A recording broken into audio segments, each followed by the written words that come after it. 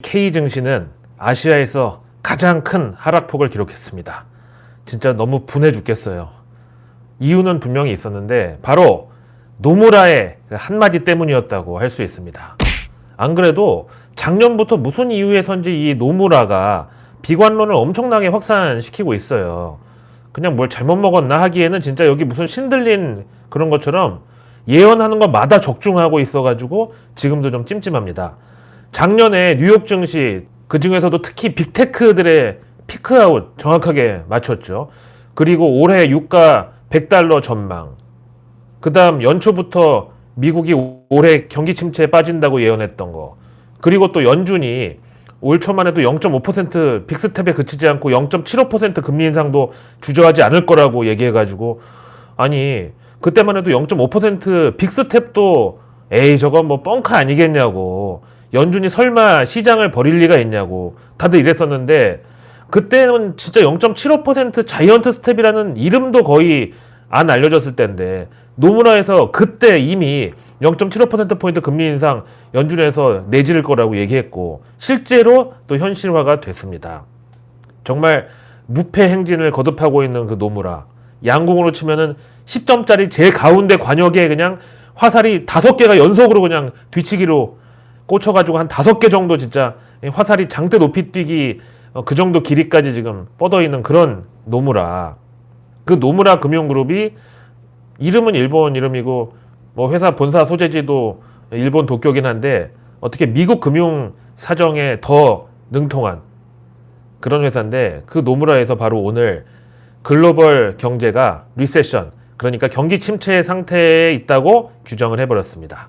거기다가 앞으로 이제 경기 침체 국면에 들어갈 나라들로 원래 미국은 지목을 했었고 그 이제 후속 타자로 유로존도, 영국도, 일본도, 호주도, 캐나다도, 그리고 우리 한국도 결국은 미국 따라서 경기 침체에 들어간다고 예언을 했습니다.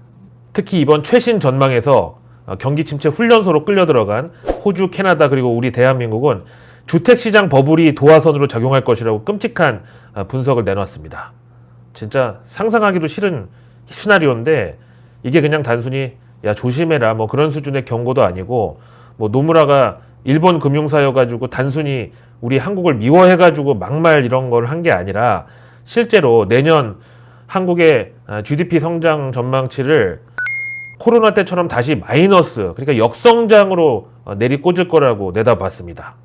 거기다가 기존 전망치는 원래 플러스 1.5% 성장이었거든요. 근데 이걸 반대로 마이너스에다가 또 0.8%, 그러니까 실제로 우리 한국의 GDP 성장 2023년 내년도 전망치를 무려 2.3%포인트를 한 번에 깎아버렸다고요. 아마도 이 정도면은 일본 잃어버린 10년에서 20년 정도 당시 일본 버블 경제 그 붕괴 시나리오를 우리한테 그대로 적용시킨 것 같은데, 아 진짜 이번엔 틀려야 됩니다. 이대로 가면 진짜로 큰일 납니다. 아 근데 좀 불길한 게, 이래서 그랬는지 원래 증시가 실물 경제를 한 6개월 정도 선행한다고 알려져 있잖아요. 근데 올해 상반기 한국 증시가 글로벌 전체에서 꼴찌, 심지어는 IMF에 구제금융 신청한 아르헨티나보다도 하락률이 더 컸던 게 이런 복선인가? 이게 진짜 예지몽인가 싶기도 하고, 하여튼 뭐 다른 나라하고 비교할 거 없이 우리 한국 증시 히스토리만 봤을 때 지난 88 올림픽 끝나고부터 90년대부터 통틀어가지고 코스피 상반기 성적이 올해 최악을 찍은 거예요. 상반기 코스피 수익률이 마이너스 22%. 이게 심지어 지난 98년 IMF 구제금융 원년 그리고 2000년 IT 버블 붕괴됐을 때보다 하락폭이 더 컸어요. IMF 때도 코스피 마이너스 21%였고 2000년도 IT 버블 붕괴 때도 마이너스 20%였는데 이번에 마이너스 22%니까. 대신 지난 IMF 때나 2000년도 IT 버블 붕괴 그 다음 분기는 어땠느냐. IMF 당시에는 상반기에 이제 마이너스 21% 급락으로 했다가 하반기에는 무려 88%가 반등을 했습니다.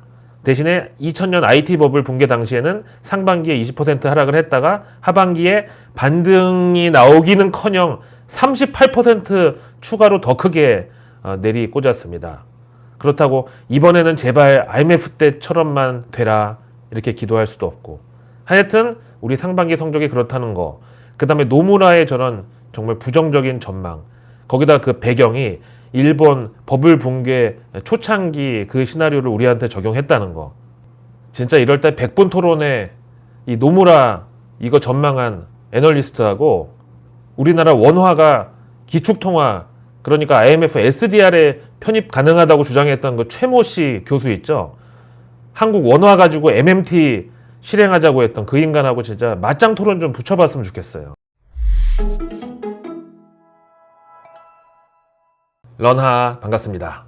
사실 오늘 같은 날 뭐 깐족거리고 뭐 내가 마셨지 뭐 이런 거 하고 싶지도 않지만 어제 내일 뉴스 미리 보기에서 애플 아이폰 14 아직 나오지 않은 거, 이거 AP 반도체 오더컷 10%, 이 풍문에 대해서 요거 루머다, 사실 무근이다, 이렇게 반론 나왔다. 어제 전해드렸잖아요. 그것도 애플 통으로 유명한 대만 TF 인터내셔널 증권의 고밍치가 직접 나서가지고 이 루머에 대해서 반박을 했다. 자료까지 다 보여드렸잖아요. 결국 오늘 이런 장에서도 삼성전자, SK하이닉스 같은 우리 반도체 대표주들 반등하면서 5.18 찬스 결국 한번 왔잖아요. 아니 왜 자꾸 해보지도 않고 떨줍 5.18이 그 말이 쉽지, 떨줍은 되는데 5.18 기회가 안 오면 어쩌냐고 저한테 따지시는 분들이 있는데, 아니 예전역에 존리나 아니면 대형 채널 마바라들한테 그런 의심력 좀 발휘했으면 지금쯤 얼마나 마음 편하게 요새 하락장 정말 강 건너 불구경하듯이 편하게 보고 있겠어요. 그리고 작년에 제가 다다까이로 존리하고 그 대형 채널 막 깔 때 그때라도 걔네들 조금이라도 의심 좀 해보고 이거 너무 심하다 싶었을 때 다 팔았으면은 얼마나 지금쯤 솔직히 여기서 더 떨어지면 좋겠다고 내심 그러고 있겠냐고요. 아니 그 어떤 버블 붕괴도 그리고 베어마켓도 한 방에 내리꽂는 그런 하락은 없었어요. 지난 닷컴 버블 붕괴 때처럼 툭 한번 떨궜다가 절반 정도 반등 주고 그 다음에 또 꼬라박고, 그래서 사람들 아 이제 다 포기하고 떠나야 될 땐가 보다 절망할 때쯤 한번 다시 큰 폭으로 불꽃 반등 나오고, 그래서 다시 사람들이 이제 조정 끝난 건가 보다, 반등 나오나 보다, 마바라들 또 설치면서 그러게 내가 뭘 했냐고 이래가지고 여기 다 반등에 올라타가지고 가지야 막 이러는 순간 한번 또 내리꽂고, 이런 식으로 지난 닷컴 버블도 한 2년 동안을 이렇게 다들 물속으로 끌고 들어가 버렸다고요. 그래서 진정한 하락장은 비명 소리가 아닌 한숨 소리로 끝난다는 말도 있다고 말씀해 드렸잖아요. 자, 이번 주는 미국이 독립기념일로 월요일이 휴장이어가지고 주 4거래일만 이제 운영이 되는데, 이렇게 단축된 가운데서도 또 연휴 붙여가지고 휴가를 길게 가는 월가 사람들이 많아가지고 이 사람들이 언제 돌아오냐? 바로 이번 주말에 돌아온다. 그 이유는 바로 금요일 미국 6월 고용지표가 발표되기 때문입니다. 원래 연준의 듀얼 맨데이트, 즉 양대 책무는 고용하고 물가 이거예요. 굳이 이 중에서 뭐 이 둘의 우선순위를 가리자면 당연히 민생 차원에서 고용인데, 근데 미국은 이미 작년 실업률이 그 완전 고용의 기준선이라고 하는 4% 밑으로 뚝 떨어져가지고 지난 5월에도 3.6% 수준 유지했단 말이에요. 그래서 이제 고용만큼은 연준이 그 주어진 책무를 달성했다고 보고 이제는 정말 마음 놓고 인플레이션만 때려잡으면 된다 이거예요. 제가 그렇다는 게 아니라 연준의 입장에서. 저는 인플레이션 때려잡는 거 반대입니다. 아니, 사람이 적당히 좀 저처럼 그 살집도 있고 비만도 있고 좀 그런 사람이 더 오래 산대요. 그리고 고혈압도 어떤 진화론적으로 보면 나쁜 게 아니래. 왜냐면 나이 들면은 심장 탄력도 약해지고 혈관도 역시 그 젊었을 때보다는 이 피를 전달하는 속도가 좀 떨어지고 이렇기 때문에 약간 혈압이 올라가는 게 오히려 그 피를 온몸 곳곳에 보낼 수 있게 진화론적으로 고혈압이 더 좋다는 건데 왜 인플레이션을 자꾸 때려잡냐고 하는데, 이거는 다 미국의 11월 중간선거 정치 논리가 들어있다고 저는 생각하고, 하여튼 그래서 이번 주 금요일 날 나오는 미국 고용지표는 진짜 천재지변급의 고용 부진이 나오지 않는 이상은 연준의 공격적인 금리 인상을 막을 구실은 되지 못할 것이다. 근데 반대로 이 고용지표가 또 너무 좋게 나오면은 연준은 더욱 안심하고 금리 인상을 밀어붙인다. 그리고 또 긴축의 칼도 막 휘두를 자신감을 또 충전하게 된다. 하여튼 이번에 나올 6월 고용은 아무래도 연준 금리 인상하고 경기 둔화가 본격적으로 실물 경제에 좀 전이 되기 시작한 그 시기다 보니까 전달보다는 고용도 조금 둔화됐을 것으로. 근데 여기서 또 위험한 게 진짜 지금 물가 잡겠다고 그 눈 휘가닥 뒤집혀버린 연준이 이번 고용 부진에 대해서 이게 다 인플레이션 탓이라고, 다 물가 때문에 사람들이 물가가 높다고 돈을 안 쓰니까 미국 서민들의 일자리 대부분을 차지하고 있는 그 서비스 업종 일자리가 위축된 거라고. 그래서 우리는 더더욱 인플레를 때려잡아야 된다고. 그래야 고용도 다시 살아난다고. 그러니까 당장 자이언트 스텝 발길질에 좀 맞고 아파도 참으라고. 결국은 이게 다 잘 살자고 하는 거니까 일자리 다시 돌아오게 하려면 연준 긴축 감소하라고. 만약에 이렇게 나오면 이게 진짜 골 때리는 시나리오가 됩니다. 진짜 갑갑한 게 고용지표 잘 나오면 연준이 자신있게 긴축한다. 고용 폭망하면 또 연준이 이게 다 인플레이션 때문이라고 보란듯이 또 발길질 자이언트 스텝으로 막 휘둘른다. 일단 그럼에도 미국이 경기 침체에 들어가서 우리한테 좋을 건 없죠. 블룸버그에서는 연준이 긴축에 돌입할 때 거의 대부분의 경우 미국은 경착륙, 그러니까 경기 침체에 노출됐었다고. 근데 미국 고용이 하반기에도 급감할 가능성은 적다고 일축을 했습니다. 특히 미국은 경기 침체 우려보다 그동안 정말 씨가 말랐던 레저 호텔 여행 서비스 그리고 교육 분야 일자리 수요 회복이 뚜렷한 지금 양상을 나타내고 있다고 그 근거를 제시했습니다. 그럼 이번 고용지표는 일단 적당히 대충 나와가지고 잘 넘어가면 좋을 것 같은데 앞에 얘기한 대로 연준의 양대 책무, 그 고용과 물가 둘 중에 이번에 고용을 잘 넘기더라도 그 다음 물가, 이건 뭐냐? 7월 13일 날, 그러니까 다음 주 수요일에 나오는 CPI, 소비자 물가지수. 바로 이게 연준 7월 FOMC 금리 인상 폭을 결정할 핵심 재료다. 일단 CPI 지난 5월 결과가 8.6% 나왔는데 이번에는 어떻게 좀 꺾였을 것인가? 아니면 유가랑 동조화되면서 계속 고공행진을 했을 것인가? 그럼 만약에 CPI가 꺾였었다고 하면 이걸 호재로 받아들일 것인가? 저는 절대 그렇게 생각하지 않고요. 만약에 이번에 미국 소비자 물가 CPI가 꺾여가지고 이걸로 안 돌릴 리가 나오면 바로 그때가 떨줍 올팔 중에서 또 올팔을 할 절호의 찬스라고 생각합니다. 왜? 하반기에도 일단 인플레이션 가장 큰 구성 요소인 유가가 꺾일 이유가 별로 안 보인다. 월가에서도 일단 여름에 일시적으로 뭐 재고 소진 내지는 소비 심리 부진으로 이 CPI, 소비자 물가지수가 조금 조정을 받더라도 다시 하반기 본격 접어드는 8월, 9월 들어서 소비자 물가가 바로 V자 반등 재상승할 걸로 내다보고 있습니다. JP모간은 여름 지나고 가을 들어가면서 기업들이 이제 연말 쇼핑 시즌, 그러니까 추수감사절, 블랙 프라이데이, 크리스마스 요 소비 대목을 준비하는 과정에서 여러 수요 증가를 반영하면은 그때 미국의 소비자 물가가 8.7%까지 정말 대문자 V자 반등할 수 있다고 봤고, 심지어 HSBC에서는 가을에 미국 CPI가 9.4%까지 오를 수도 있다고 전망을 했습니다.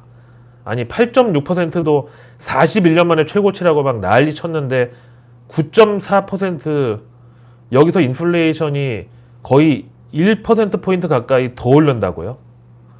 하여튼 그래서 이런 시나리오는 물론 중기 전망이기 때문에 반드시 그때 가서 맞는다기보다는 지금 현재로서 예측하기에 이런 그 전망치가 나왔다는 건데, 근데 이렇게 우리도 알고 있는 정보를 백악관에서 모를 리가 없잖아요. 근데 진짜 만약에 미국 9월 CPI가 HSBC 전망대로 진짜 9.4% 나오면은 올해 11월 중간선거 바이든하고 민주당 무조건 필패입니다. 그래서 더더욱 강하게 인플레이션 때려잡기에 나설 수밖에 없다고 저는 봐요. 그래서 떨줍 올팔만이 살 길이다. 장마라는 건 언젠간 끝나게 돼 있습니다. 근데 증시에서 장대비를 계속 보고 있으면 사람이 이제 의욕도 희망도 막 사라지는데, 그렇게 절망이 막 쌓여가던 어느 날 툭 떨어졌을 때 줍줍. 그러니까 떨줍을 했다가 어느 날 갑자기 이제는 바닥을 찍었나? 갑자기 왜 이렇게 튀어오르지? 이렇게 갸우뚱하면서 그동안 쌓였던 공매도도 일시 청산되면서 급반등 나올 때, 그럼 또 마바라들 어디서 튀어나와가지고 봐라 내 말이 맞았지 않냐, 이제 조정 끝났고 찐반등 시작했다, 이렇게 설레발 칠 때 우리는 뒤도 돌아보지 말고 올팔해서 수익 챙기자. 그리고 현금 충전해 놓고 다음 떨줍 찬스 기다리자. 자, 여기서 이런 말하면 약간 막장 시나리오라고 얘기하실 수도 있는데, 지금 연준 금리 인상하고 긴축을 완전히 올스톱 시킬 수 있는 세 가지 방법이 있긴 합니다. 첫 번째는 코로나 새로운 변이가 또 터져가지고 오미크론 다음 6미크론인지 아니면 뭐 원숭이 두창인지 막창인지 대창구인지 하여튼 또 이런 거 나타나가지고 전 세계적으로 다시 팬데믹이 오는 거. 근데 이거는 진짜로 득실을 잘 따져봐야 됩니다. 사실 유동성 중독자들은 지금 제일 바라고 있는 시나리오가 바로 이겁니다. 그 다음 두 번째는 러우 전쟁이 갑자기 끝나가지고 유럽연합이 푸틴한테 무릎 꿇고 비는 거. 제발 가스관 끊지 말라고. 얼마까지 알아보고 오셨는지 모르겠지만 하여튼 달라는 대로 다 드리겠다고. 그럼 이제 원유, 곡물, 원자재 이런 쪽이 제일 먼저 숏을 맞을 거니까 인플레이션은 정말 빠르면 한 달만 해도 반으로 접혀버릴 수가 있습니다. 다음 세 번째는 바로 중국 경제가 침체에 들어가는 거. 이것도 우리 입장에서는 얻는 것보다는 잃는 게 더 클 수 있는 그런 시나리오인데 실제로 월스트리트 저널을 비롯해가지고 외신하고 분석기관들은 중국이 올해 GDP 성장률 진짜 그 당초에 누르고 낮추고 깎고 겨우겨우 정말 최저치로 진짜 이거는 무조건 넘는다 하고 제시했던 전망치 5.5%도 밑돌게 될 가능성이 크다고 봅니다. 지금 유로존을 비롯해가지고 중국산 수출품을 주로 사가는 주요 선진국들이 경기가 둔화되고 있는 상황이기 때문에 중국의 대외 수요가 감소하고 이것 때문에 안 그래도 지금 코로나 봉쇄 때문에 내수 박살나기 직전인데 그나마 수출로 번 돈 가지고 인민들이 먹고 쓰고 하는데 이거마저 꺾여버리면 중국 경제 성장률도 비교적 큰 폭의 내리막길로 진짜 막 굴러서 절벽으로 떨어지기 바로 직전 정도의 기울기로 가파르게 그렇게 떨어진다. 그럼 결국은 세계의 공장이라고 불리는 중국 생산업체들의 제품 가격 인하가 또 유발될 거 아니에요? 그럼 이걸로 인해서 글로벌 인플레이션 압력은 떨어질 수밖에 없다는 거죠. 다음 블룸버그에서는 신흥국 자산 가치가 가파르게 하락한 원인에 대해서 연준의 공격적 긴축으로 인한 달러 강세, 그리고 중국 봉쇄로 인한 공급망 교란, 그리고 또 하나가 원자재 가격 상승에 따른 무역 수지 악화, 이렇게 세 가지를 꼽았습니다. 이게 이제 신흥국 자산 가치가 가파르게 하락한 원인인데 우리 대한민국은 분명히 신흥국 클래스는 벗어난 지 오래됐는데 어떻게 요 세 가지는 이렇게 참 뼈를 때리고 있는지. 최근에 한국의 국가 부도 위험을 해지하는 CDS 프리미엄 금리가 상승했습니다. 근데 우리의 경우는 증시가 그래도 6월 말에는 조금이나마 반등을 했고 또 환율도 약간 숨고르게 들어갔음에도 불구하고 이렇게 일주일 만에 한국의 CDS 프리미엄이 5bp가량 상승을 했는데 이게 잘 보니까 중국이 같은 기간 동안 한 7bp 상승한 것에 동조화가 된 것으로 보는 게 맞을 것 같다. 그래서 내일 뉴스는 내일 보면 너무 늦습니다. 구독과 알림 설정만으로 아직 나오지 않은 오늘 뉴스도 아닌 내일의 뉴스를 매일 저녁 여러분들의 안방으로 제가 직접 배달 갑니다. 내일은 7월 5일 화요일입니다. 먼저 정부 일정은 국무회의가 있고요. 그 다음에 양성평등위원회 산업디지털전환촉진법 시행일 이렇게 잡혀 있습니다. 산업디지털전환은 이제 데이터 3법 요거하고 관련이 있고요. 그것도 이제 보건의료 쪽이 저는 가장 수혜가 크다고 봅니다. 그리고 내일 장애인 고용 촉진 및 직업재활법 시행령 일부 개정안 국무회의 심의 의결이 있는 날입니다. 요거는 이제 장애인들의 어떤 사회 진출을 도울 장애인 보조 장구 그리고 의료기 보조기기 같은 것들 있죠. 이거 이미 약간 손아귀 힘이 약하거나 아니면 이제 무슨 이제 목 디스크 같은 거 있으면 팔하고 손이 이제 기능이 떨어지잖아요. 그런 분들을 위해서 이 아이언맨 팔 같은 그런 그 의료 보조기구 같은 것도 있고 진짜 잘 나와 있어요. 요거 증시에서 테마 그대로 있습니다. 자, 내일은 글로벌 투자 서밋을 개최하는 날이고 그 다음에 한중 FTA 서비스 투자 수석 대표 회의가 열립니다. 한중 FTA 서비스 투자 사실 이거는 우리나라 이제 한류에 대한 그리고 한국 화장품부터 여러 가지 우리나라 수출품에 대한 그 한한령부터 해제해주면 제일 좋은 한중 FTA 서비스 투자 후속 협상 되지 않겠습니까? 그리고 내일 민간이 주도하고 정부가 뒷받침하는 수소펀드 출범일입니다. 요거는 이제 국내 대기업들이 이제 H2 비즈니스 서밋이라는 거를 이제 출범해가지고 거기서 요거를 추진하는 겁니다. 수소펀드 나오면 제일 수혜가 갈 곳이 어디겠어요? 당연히 퓨얼셀하고 수소 충전소죠. 내일 대기업과 중소기업이 힘을 모아서 폐자원을 산업 원료로 재자원화한다라는 정부 보도자료가 나올 예정입니다. 여기 키워드 그대로 있죠. 폐자원, 산업연료, 재자원화. 그리고 내일 2022년 한중 조업질서 유지를 위한 지도 단속 방안 협의가 있습니다. 일단은 이제 후쿠시마 수산물 관련해서 이제 수혜주 피해주가 있었는데 요거 이제 시즌2라고 보시면 되겠어요. 그리고 내일 화요일 산업부는 글로벌 초격차를 선도하는 나노 기술을 한 자리에 라는 자료 공개가 있을 예정입니다. 나노 기술도 증시의 테마가 있고요. 나노 기술 같은 경우에는 뭐 아예 그 코스닥 상장사 이름에 나노가 들어간 회사도 있는 것처럼 하여튼 요것도 이제 한때 그 유행했던 테마긴 한데 어쨌든 지금 다시 나노 기술을 되돌아보자. 요것도 뉴스플로우에 탈 만한 가치가 있습니다. 내일 기재부는 신외환법 제정 방향 세미나를 개최하고요. 그리고 과기부에서는 바이러스 기초연구소 출범 1조년 기념식을 개최합니다. 다음 과기부 장관은 메타버스 아카데미 개소식에 참석합니다. 진짜 한때 그렇게 잘 나가던 메타버스 지금 와서 생각해보면 진짜 조용필 형님이 부른 꿈이었다고 생각하기에 허공 속에 미칠 그날들 거의 그렇게 됐는데 정말 메타버스가 메타버스 했다. 하지만 이번에 이렇게 한 방에 죽지는 않을 걸로. 내일 농식품부는 제분업체 현장 간담회에 나섭니다. 밀가루 가격 많이 올랐는데 최대한 제품 가격 올리지 말고 대신 우리가 원료 공급망 그 조달원을 국가에서 나서서 좀 다원화해 보겠다 이런 얘기.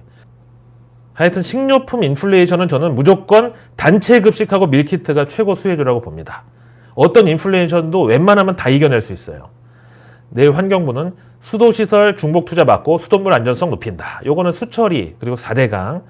다음 환경부하고 내일 시멘트 업계가 통합 허가 협의체를 발족합니다. 시멘트가 어떻게 탄소 중립이 될 수가 있어요, 이게?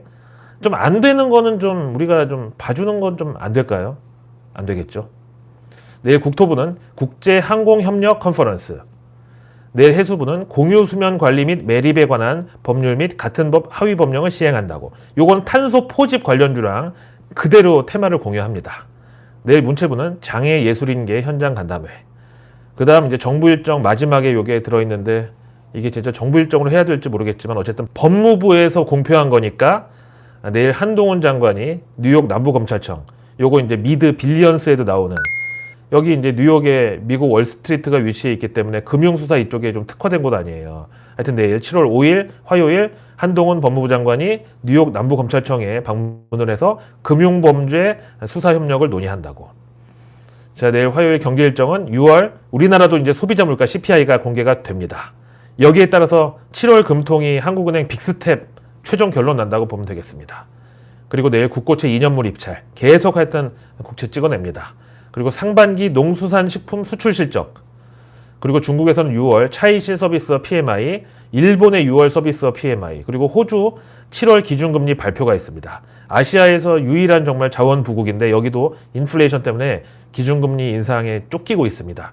요거 이제 우리나라 장중에 한국 외환시장 원달러 환율까지 영향을 미치는 재료니까 한번 보세요. 지난번에도 그랬다니까요.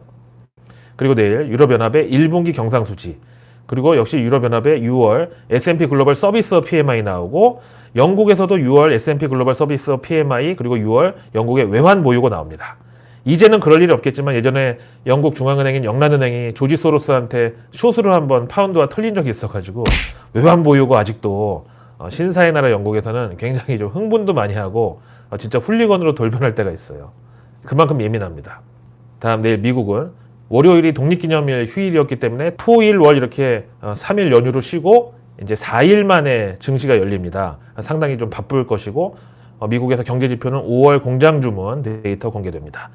우리나라 내일 2022 무역 안보의 날 기념식입니다. 요거는 이제 당연히 뭐 이제는 해적 같은 거에 위협이 조금 약해졌으니까 사이버 보안으로 연결됩니다. 증시의 테마로 그대로 연결되고 내일 증시 일정은 대신 밸런스 12호 스펙 공모청약이 이틀 일정으로 진행되고요. 그 다음에 내일 YG 엔터테인먼트 소속의 위너가 컴백하는 날로 나와 있습니다. 자, 오늘 하루도 고생 많으셨고요. 저는 내일의 또 내일 뉴스를 들고 찾아뵙겠습니다. 고맙습니다.